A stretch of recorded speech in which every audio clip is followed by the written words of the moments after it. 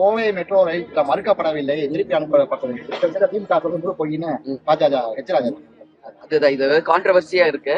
நம்மளை பொறுத்த வரைக்கும் நம்மளோட ஒவ்வொரு பெரிய டவுனுக்குமே என்ன கார்பரேஷன் இன்னைக்கு அதனால நிச்சயம் கோயம்புத்தூருக்கும் வரணும், மதுரைக்கு வரணும் மெட்ரோ ரயில் திட்டம். அதுல மாற்று கருத்து கிடையாது.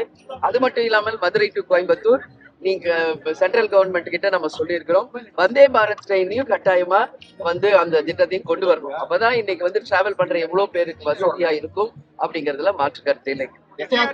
எந்த விதமான படிக்கமே கிடையாது, இதுலயும் தமிழக போய் சொல்றாங்க. அதுதான் நான் என்ன சொல்றேன், 2 பேர் இறந்திருக்காங்க, அதுவும் நார்த்ல. சோ அது என்னன்னு ஆக்சுவலா கண்டுபிடிக்கணும் அப்படின்னு இப்ப அந்த கருத்து இல்ல. அதனால நான் என்ன சொல்றேன், எஸ்ஐஆர் அப்படிங்கிறது வாக்கு திருட்டு, எங்கும் வாக்கு திருட்டு நடக்கக்கூடாது. இந்த ஜனநாயக நாட்டில ஒவ்வொருவருக்கும் வாக்குரிமை இருக்கு, அது எந்த வகையிலும் தடுக்கப்படக்கூடாது என்பதுதான் தேமுதிக. எந்த ஊழியர்கள் இல்ல அப்படி யாரும் சொல்லலைங்க. ஆரம்பத்துல 2 பேர் சொன்னாங்க, இப்ப அது முறைப்படுத்திட்டாங்க.